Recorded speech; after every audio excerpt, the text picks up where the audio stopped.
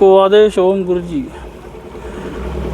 ओंकार आदिनाथ ओंकार सूर्य उदयनाथ पार्वती धरती सूर्य सत्यनाथ ब्रह्मा जी जल सूर्य संतोषनाथ विष्णु जी खड़खंड तेज सूर्य अचल चंबेनाथ आकाश स्वरूप गजबेली गजकंधनाथ गजहंसी स्वरूप ज्ञान पारसी चौरंगीनाथ 18 वनस्पति स्वरूप माया स्वरूपी दादा मुच्छिंदात माया स्वरूपी घटपिंडे नो निरंतर संपूर्ण रक्षा करे गुरु गोरक्षनाथ बाल स्वरूप। जय गुरु गोरक्षनाथ जी महाराज की जय।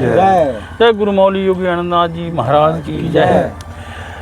देखो आज का हमारा ये सौभाग्य ऐसा है कि ये कोलका क्षेत्र में बाबा गरीबनाथ जी की समाधि स्थान है, तपस्थली है। 300-400 साल पुरानी ये जगह है और ये भागरा नांगल डैम का बैक है और इस झील जैसे बैक में बाबा की हमें याद आई है। तो बाबा गरीबनाथ जी जो है इनके गुरुजी योगी बालकनाथ जी और इनका पंथ भरतरी बैराग। तो बाबा बालकनाथ जी का ये जो हिमाचल प्रदेश है, बाबा बालकनाथ जी, बाबा गरीबनाथ जी, बाबा गोरक्षनाथ जी और भरतरीनाथ जी, इन लोगों की बड़ी बड़ी तपस्थलियाँ यहाँ इस हिमाचल प्रदेश में है। यहाँ का सृष्टि सौंदर्य और नेचर, इसमें एक प्राकृतिक रूप की शक्ति है और इस शक्ति का उपयोग हमें साधना करके तपस्या करके हम उस शक्ति का उपयोग कर सकते हैं। उस शक्ति से हम परमात्मा की भी प्राप्ति कर सकते हैं। इन शक्तियों से हम जगत कल्याण भी कर सकते हैं, क्योंकि ये जो निसर्ग है, प्राकृतिक निसर्ग, जल थल, यहाँ 5 तत्व का एक संयोग है। नीचे धरती, धरती के ऊपर जल, जल के ऊपर आकाश, इस प्रकार से वायु, अग्नि, इस प्रकार से सारी प्रकार की जो पंच तत्वों की शक्ति है, ये शक्ति हमारे साधना में हमें बहुत उपयोगी है, हमें बहुत बड़ी शक्ति देती है। और सबसे बड़ी बात ये तपस्थली है बाबा गरीबनाथ जी की। इस शक्ति स्थान में अगर हम साधना करेंगे, बाबा गरीबनाथ जी की भक्ति करेंगे, तो निश्चित रूप से हमारे जीवन में हमारा कल्याण होगा। इस हिमाचल प्रदेश में एक और सिद्ध पुरुष हुए जो योगी चरपटनाथ जी हुए, जिनकी महिमा इस प्रकार है। बाबा चरपटनाथ जी ने चंपा क्षेत्र में तपस्या की है।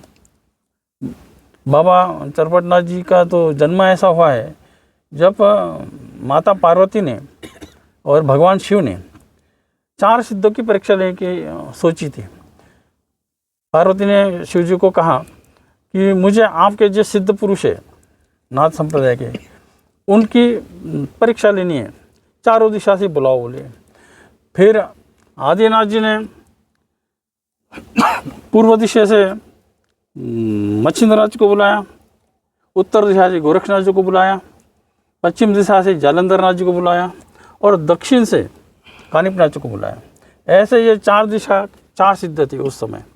उनको कैलाश पर्वत पे बुलाया और वहाँ उनकी परीक्षा ली।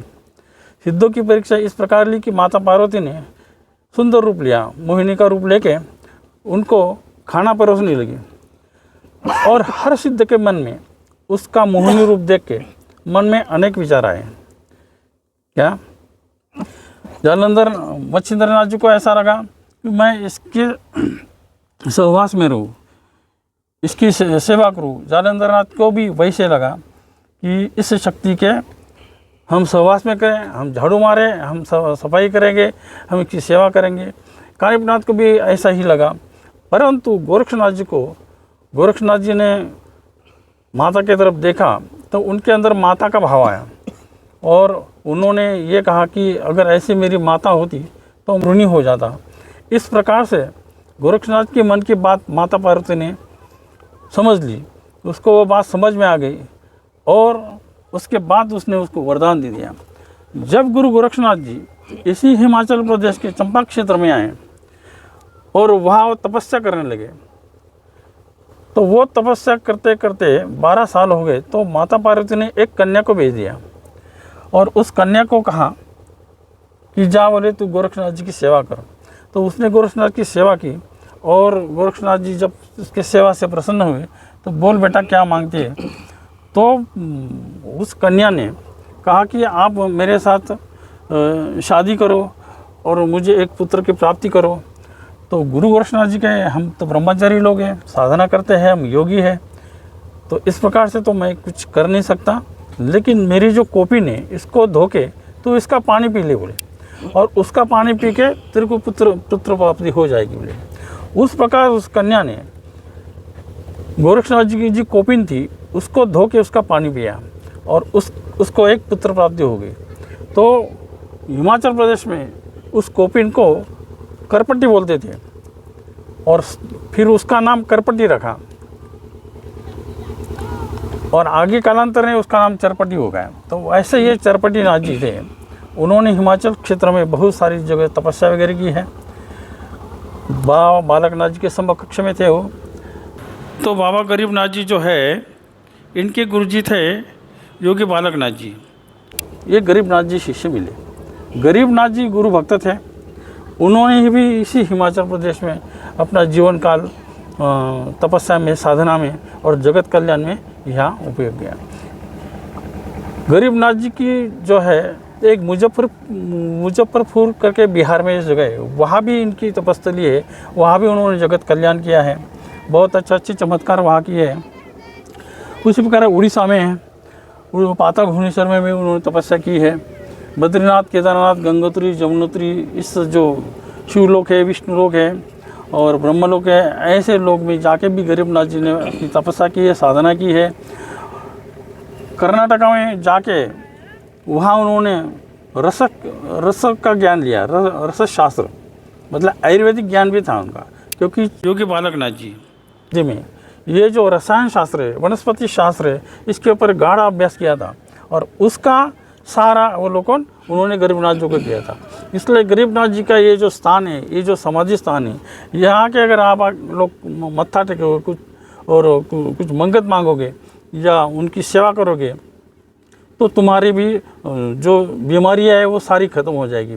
ऐसा ये क्षेत्र है।